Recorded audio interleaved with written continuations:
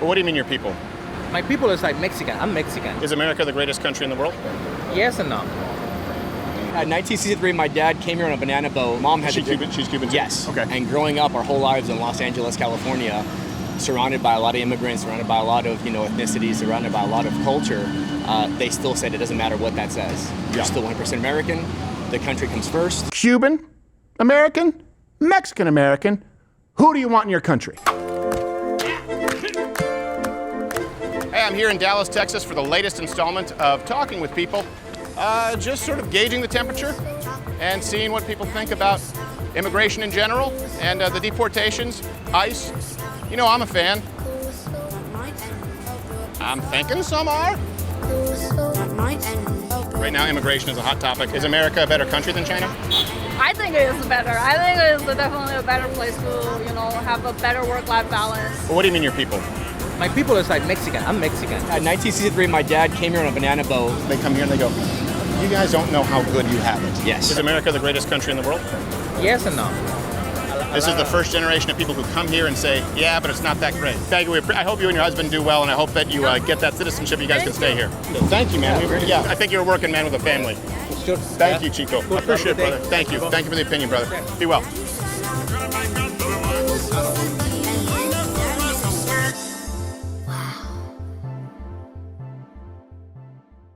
I've been wanting to do this segment for a while, and there's a Talking with People coming up next week. We're doing 2 installments, where I noticed a very, very stark contrast between some immigrants, and I discussed the issue of deportation ICE with Chinese immigrants, Mexican immigrants, and there was a Cuban American who himself was an immigrant, but his parents were. And the contrast between him and Chico, who you'll see, who was Mexican, was night and day. And I want to be clear about something here. This is something I've wanted to study for a while. Cuban Americans are the most consistent conservative Republican voting bloc in the United States of America. And as far as consistency, it's not even close. Some of you say I'm biased because, the lady I love is part Cuban. Mm-hmm. And I've also learned quite a bit about their culture. But this is something I've discussed for a long time. You can go back to me in 2009 saying, okay, what is it that makes them so different? And I think I figured it out. But before I get into that, and I want to lay the case out for you, and maybe maybe your American pride will well up inside you when you see this and you see how proud a lot of these people are and how grateful they are for this country. First off, I love Cubans because I find them very funny. Their accent funny, their culture is funny, and I don't think anything crystallizes it better than this genetic freak show, Yoel Romero not giving a rat's ass in his victory speech at a UFC fight. I want to say something. Maybe I'm trying English. So sorry, I know the people don't understand me, but I'm trying. Thanks for trying. Hey USC, hey Miami, hey Florida. Listen, people, listen. What happened to you, USA? What happened to you? What's going on? You forget for the best of the world. The name is Jesus Christ. What happened to you? Wake up, USA. Go back for you, go for Jesus. Don't forget Jesus, people. Yeah, and there was some controversy where people thought he said not for gay Jesus. We watched that live at a Buffalo. No for gay Jesus! Did he say gay Jesus? No, I say no for gay Jesus. Wait, he's not for gay Jesus? I know for gay Jesus. Are you for gay Jesus? No, I don't think so. I'm not for gay Jesus. No! Are you for gay Jesus? I said no. Hello, who's gay Jesus? Hey! Yeah, William. I had enough of you. We don't allow your peoples in my place. So, let me give you some numbers. All references available. You can check the link in the description. 70% of Cuban Americans voted for Donald Trump in 2024. 70%. That's more than white, isn't it? Yeah, non-Hispanic whites, 55%. Whoa. Oh, wow. Another example, because some people got tricked by all demographics shifted, but 88% of Cuban Americans voted for Ronald Reagan. Dang. Just to be clear. Again, a very, very stark contrast in handling Cuba. So 70% in 2024, 88%, 55% of non-Hispanic whites. Why are Cubans different from other Hispanics in this country? I know they're not Latin American, obviously, but we'll just use the term Hispanic here. I have a theory. And then the more research that I did and the more time I spent with some of these people, I said, oh, okay, that makes sense. So kind of 3 key points.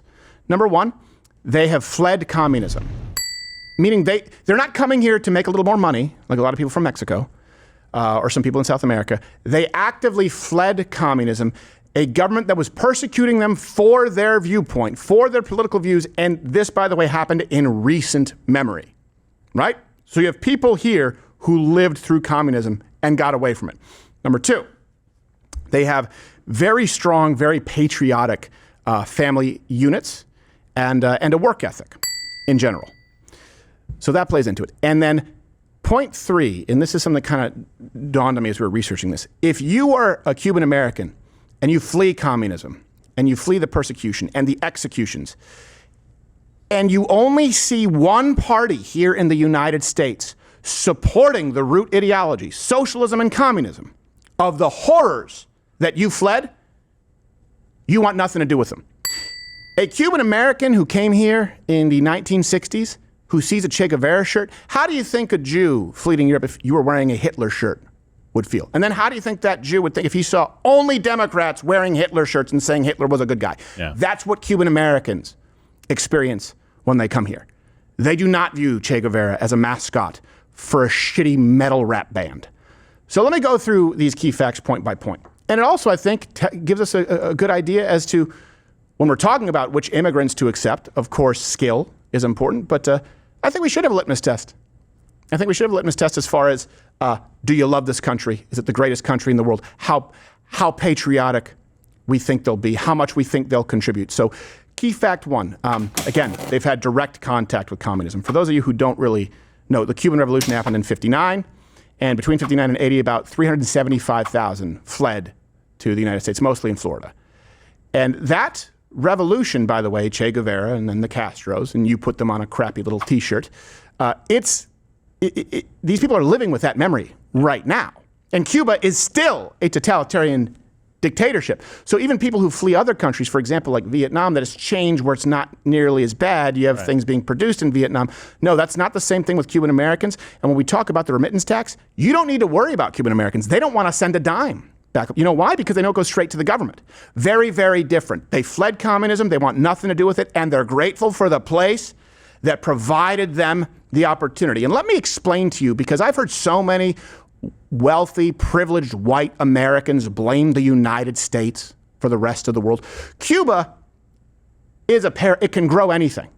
And by the way, they have 2 of the world's biggest trading partners in Soviet Russia and China.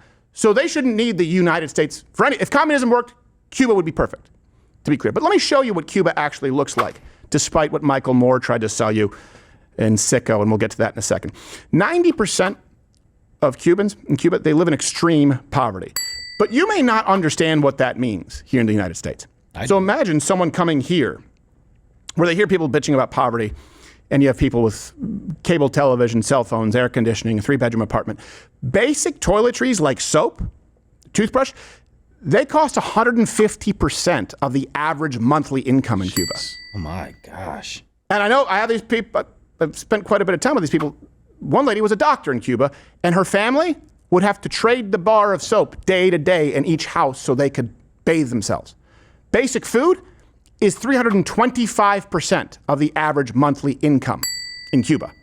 So you have to make some choices. Right. Yeah. You have to make some choices. Some hard choices. And we'll get to the strong family units. They communicate this to their children. Like, hey, you complain because you don't get, you have to drive Corolla? I have no soap. Yeah, it's a pretty hard thing to argue. You have toilet paper to wipe your ass? Huh? Don't complain. So what else do we see in Cuba? Well, you guys talk about persecution here. Let me tell you what that looks like in Cuba. Just in December, Cubans were jailed for protesting the awful living conditions by the government. That was added to Cuba's current thousands of political prisoners. Also, extrajudicial killings, torture, still really common in Cuba. What? Today. Yeah. From 59 to 2016, 11,000 Cubans were killed under Fidel Castro. And that doesn't include the up to 78,000 who may have died trying to simply flee the regime. And what's so funny here too, is when you see socialists like Bernie Sanders or AOC or American socialists or communists, they're often pot-smoking hippies right in a drum circle or intelligentsia. The first thing that happens in communist regimes is they get rid of art, is they get rid of free expression. You think that in Stalin's Russia or in Cuba, they're going to keep, it's a labor-based ideology. They have no use for artists. Cuba doesn't have a Banksy? They do not have a Banksy. They actually, the regime censors or bans music that it deems subversive at all. So Gloria Estefan songs are censored. To be clear, there were times in Cuba where they came in if you had a saxophone and you were jailed. So people here who think they'd be living more free because of the redistribution can only take place if you work for the government, period, nonstop. It requires that you be a contributor. Here's something else that you see with Cuban American immigrants. And by the way, if you're Cuban, comment Cuban American here, comment below. And this is what we can use more of. Zero tolerance for American victimhood. I will say it borders on racist, but it's not. If you spent, they don't view Cuban blacks the same way, but American blacks here, they are intimidated 0%. When they hear people here complaining, imagine you couldn't afford a bar of soap, you couldn't afford a can of Spam. If you went out and protest, there's no Black Lives Matter Summer of Love protest. If you say I don't like the government, you disappear forever, and you come here. And this is what they'll hear someone going, man, I have to steal to survive. Hey, you have soap? You have a floor? What? You have soap or floor? If you steal for new sneakers, I can steal because I have no soap, no floor. You choose to be a piece of shit. That's your choice. They see people here, even in the worst case scenario. Doesn't matter if you're from East St. Louis, if you're from the worst area of Detroit, and they go, my God, you have no idea how good you have it. And they're not coming here to take advantage of America and send the money back. They're coming here to become American, very different from a lot of other Latin Americans, Mexican Americans. You can even see it in the UFC event. Hey, I sorry I don't speak English, but I try, right? Guys who fight from Ecuador, guys who fight from a lot of, they don't try and speak English. Try at all, no. And not all Cuban Americans speak English, but they certainly try. They want to be American. And this brings us to key fact number 2 here. Because you know this, I've talked about this with Gay William, whose mom, every Cuban I know, Cuban American, has like 3 or 4 jobs, every single one. So they have very strong family units. And in doing research here, found out that Cuban Americans often have a 3-generation family, and they don't put their elderly in nursing homes. They often live with them. 78% of Cuban Americans are Christian. And that means that they're living in proximity with the next generation. You often don't see this with people who fled other, let's say, totalitarian or communist regimes. They often don't educate the next generation. 1 or 2 generations removed, and they start becoming Democrats, or they start becoming socialists because they don't know. Cuban Americans are very loud, boisterous. They're also very hard-headed, where it doesn't matter if you go, well, actually, I think Bernie Sanders. You no say his name in my place. Socialists kill your father. We're not going to talk socialists. Get out. And they take the hinges off your door so you have no privacy. They're out of their mind. But they make sure, yes, they make sure they're bringing their kids in with Western values. It's a difference in gratitude versus entitlement.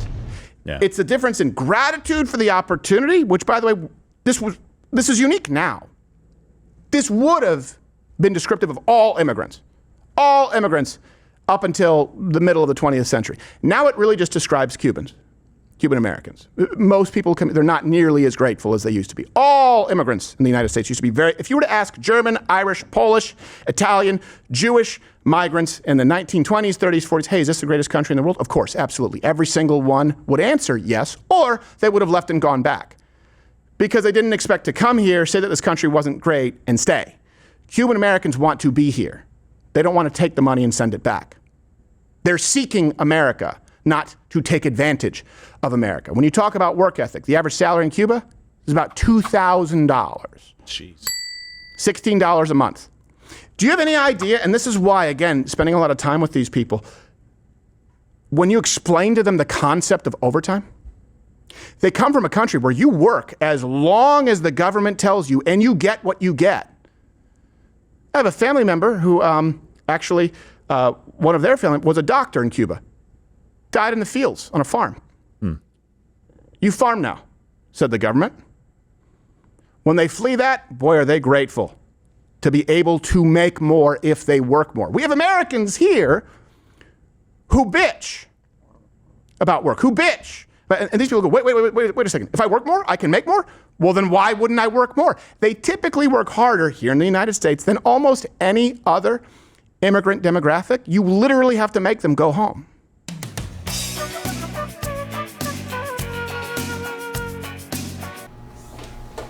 Hey! What's that? Hey, watch it! I'm trying to do my job!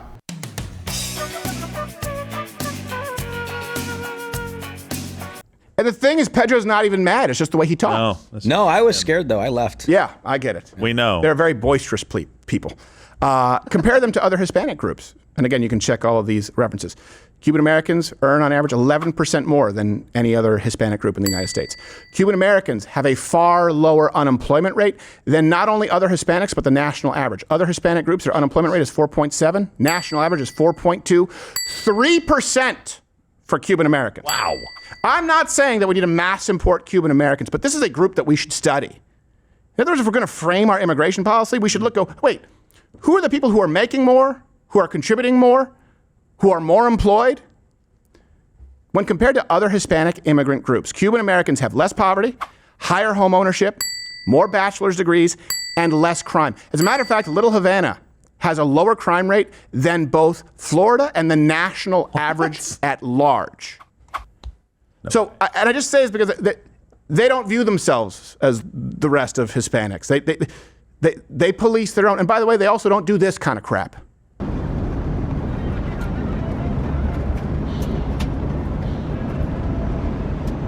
Yeah.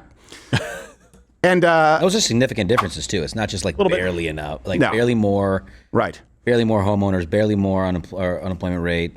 It's a very stark, huge contrast. And the other thing is when they've sort of been inoculated because they were raised in communism, a lot of them, or their parents were, and they've been educated about the perils of communism. And so there's a little bit of inoculation that takes place against the Marxism here in the United States, like identity politics, the cultural Marxism. 86% of Cuban Americans identify as white, even though a lot of them aren't. And in 2006... Most of them are darker than tan. I know, they're darker than tan. 55% of Cuban Americans said that discrimination against Hispanics is not a major problem, meaning a majority. So fewer Cuban Americans said that anti-Hispanic prejudice was than any other Hispanic group profiled. Again, these are not small differences. And I will tell you this, Cuban Americans, they're very hard-headed, they're very loud, they're very boisterous because they just don't have time to listen to complaints if they view it as illegitimate. I've noticed that about them. If you're like, well, hey, go work hard. Things will work out for you. That's it. That's how they view it. They don't want to listen to your bitching. They view themselves as very, very different from any other Hispanic immigrants. And they're a very intense people where they want to sort of separate themselves. They sort of make everything their own. Just look at their dubbed version of beloved children's cartoons, the ones that they run. Wise, that little rodent. Here I am, wise guy. Come on out. Hey, f*** you. I'm trying to sleep. I work hard all day. We don't come to this country to be bothered by pussycats like you. Okay, here, just try it. I go kill your whole family, motherfucker. They're intense. They're not violent unless pushed towards it. Oh, yeah. They are. Then they are. Then they are. They have no problem stepping in if they view someone as being wronged. Yes. And they don't just go, oh, Brown, if you were being punked by some people of color. Okay. Mm-hmm. And there was a Cuban family and they knew that you were good people, they would, hey, what you do? You act like animal. And they would go after them. They don't, it's not like World Star. It's their 4th of July in areas that have a lot of Cuban Americans. It's gaudy.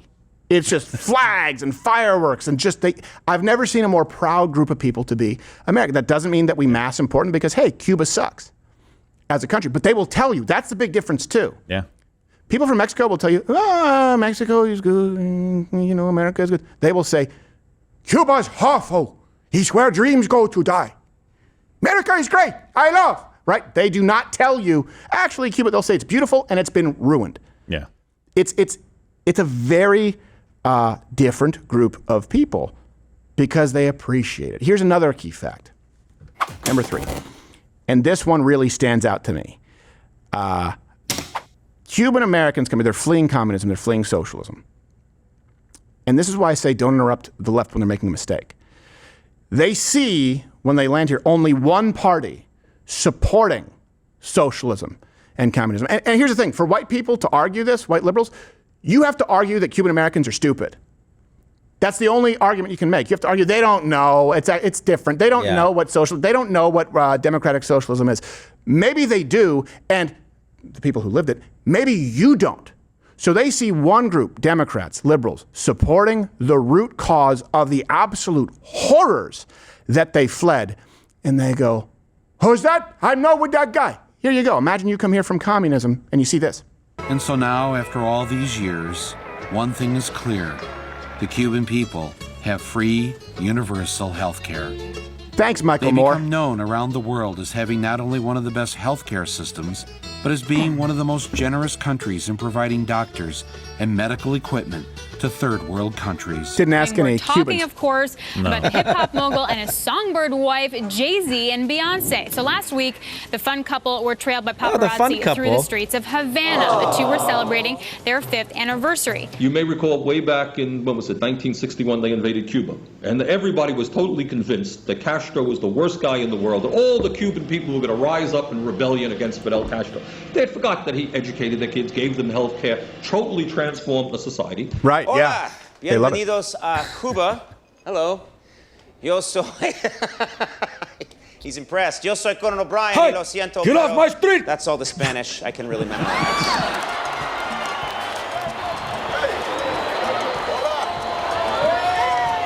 Yeah, you got it. Hola. There you go. There you go. It was hollow. Are these Cubans cheering for an American president? Yeah, not their own. Hi, I hear rumor he's going to shoot Fidel. Take us back. And they're just waiting, and he leaves. He's gone now. He do nothing. No. Fuck you. So I'm telling you, believe me, and please comment below if you have an experience with it. And I'm not saying that they're perfect. They can be obnoxious and loud and boisterous. Let me give you a more extensive list. Barack Obama visited Cuba in 2016, right? He canceled the wet foot, dry foot policy that allowed Cubans to flee to the United States. And he did this before Cuba had really reformed anything. Ilhan Omar, Pramila Jayapal, in 2024, they went on a secret trip to Cuba, met with Cuban officials. I know you're saying those are just a few examples. Jane Fonda, Ted Turner, they visited Cuba as special guests of Fidel Castro in '91 and talked about how he wasn't all that bad. Michael Moore, right? He brought Americans to a Cuban hospital for a PR stunt in that movie, Sicko. Robert Redford traveled in 2004 to present the movie The Motorcycle Diaries to Che Guevara's family, a totalitarian dictator who would have committed genocide if he wasn't such a retard. Steven Spielberg was critical of U.S. sanctions on Cuba. You know who's not? Most Cuban Americans. He met with Fidel Castro for 8 hours in 2002 during a visit. Katy Perry went in 2015 and said this. She said, "It's Disneyland for creatives' minds." Yeah, till they jail you for playing the trumpet, you stupid bitch. Danny Glover visited the country a bunch of times, advocated for the release of 5 Cuban spies caught in the United States. And then Bob Dylan's first broad, Susie Rotolo, she met with Che Guevara in 1964, and I remember her saying, "What they're telling you is not actually accurate. You are fine to protest so long as you do it properly." And they don't mean non-violently. They mean you can't protest the government. And then the prick-in-chief himself, Tom Morello, Rage Against the Machine, while using Che Guevara as the mascot. This guy wrote a lengthy eulogy for Fidel Castro. So here's one thing. Most people don't know who Che Guevara is. You can go back to our great Dictoff that we did on dictators throughout history. Che Guevara, if you're a Cuban and you come to the United States and you see a Che Guevara t-shirt, that's like a Jew coming to the United States post-World War II seeing Hitler on a shirt. Fidel Castro's eulogy shouldn't have been longer than a... Yeah. Yeah. Oh, you know to right. I help. All right. Oh, Fidel, so sorry. Fuck you.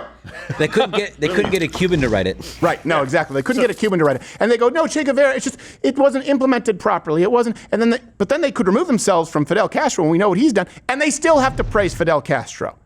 What if they see this shirt? They're not going to think this is... I designed that shirt when I was 14 years old because I had Cuban immigrant friends who educated me on Che Guevara. It is remarkable. Yeah, you can go get that at CrowderShop.com. And YouTube said we're not allowed to sell that shirt. Just imagine. Do you guys know Che Guevara? Che Guevara, to give you an idea, not only was he racist, not only was he just as homophobic, not only was he anti-artist, to be clear. In '64, he told the UN General Assembly that executions, by the way, that were taking place without trial, would completely continue unabated. He said, we must say here something that is well-known truth that we have always asserted before the whole world. Executions? Yes, we have executed people. We are executing people and shall continue to execute people as long as it is necessary. Well, guess how long it's necessary according to people like Che Guevara? As long as anyone protests what they were doing. Right. And so Cuban Americans get here. They flee that. They're grateful to be here, and they see a bunch of entitled pissants who aren't, who wear the face of the man who turned their country into a totalitarian hellhole. Killed their relatives. And then they become the most consistent conservative Republican voting bloc in this country, with higher incomes, higher levels of education, lower levels of poverty, lower levels of crime than their state or country at large. Now, the problem is, most people don't want to say this because we want to go, oh, everyone's saying, right, immigrants who want to come here. No, hold on a second. Are they not seeking a better life any more than Mexican Americans? Okay, why do they make more? Why do they work more? Why do they have lower crime? Why can't we ask these? Oh, is it racist? Well, aren't both Hispanic? And by the way, this applies to black Cuban immigrants too. Plenty of those there, if you guys don't know. Cubans just don't really view them. They just view them as Cuban Americans. They have a problem with black Americans because they have a problem with Black Lives Matter. They have a problem with entitlement. They have zero tolerance for Antifa. They have zero tolerance for someone who's wearing a Che Guevara shirt. Not saying that any culture is perfect. What I am saying is that when people try and throw at you, oh, you must be racist because it's the color of their skin. No, they're not all the same. And Cuban Americans will tell you right away that they are not all the same. And in doing this, talking with people on the street that you will see in the coming weeks, next Monday, I believe, and then another installment the Monday after that, it's pretty clear to see Cuban American, Mexican American, who do you want in your country? Well, what do you mean your people? My people is like Mexican. I'm Mexican. In 1963, my dad came here on a banana boat. Okay. My mom became an American citizen in 1988. My mom had Cuban? She's Cuban too? Yes. Okay. And growing up our whole lives in Los Angeles, California, surrounded by a lot of immigrants, surrounded by a lot of ethnicities, surrounded by a lot of culture, they still said it doesn't matter what that says. You're still 100% American. The country comes first. Is America the greatest country in the world? Yes and no. That's the big difference when people talk about we're a nation of immigrants, and that's true. But the Italians, the Irish, the Poles, but all those people came to this country, and every single one would say, I came to the greatest country in the world and I'm grateful to be here. And if not, they went back and left. This is the first generation of people who come here and say, yeah, but it's not that great. I mean, they understand what they've left and they understand what they're gaining. Yeah. And they're willing to put in the effort and the work into what they're gaining versus what they never had. Yeah. And I think that's a really good, it's the only country that we know of that nobody wants to leave, but they want to talk as much crap as they want about it. I know. What's your duty to this country? I guess not broke the law, work hard. Maybe when we go bring me the papers, I'm trying to help more. Yeah, he guesses. Maybe. And they'll maybe if they give him the papers. Oh, so it's Cuban Americans? The answer is like, my parents said they owe this country everything. Yeah. Literally everything. Maybe if they give me the papers? Yeah. How about I rip up your freaking papers? Yeah, exactly. Oh, here's one paper. It's a Greyhound ticket. That's exactly. I told him, if you don't think it's great, we don't want you here. What? Yeah, we don't want you here. Here's the other thing that I will say. He didn't view it as racist. He understood my point of view and it was respectful, but we don't want you here. That's where I am now. If you don't want to be here, we don't want you here. How do I know if you want to be here? You say this is the greatest country in the world. Otherwise, go to that country. Oh, you're still here? And you're still watching this on YouTube? You've probably noticed something is missing by now. I'm not here. That's because the Live Daily Show is now streaming exclusively on Rumble weekdays at 11 a.m. Eastern. Tune in there, where nothing is censored.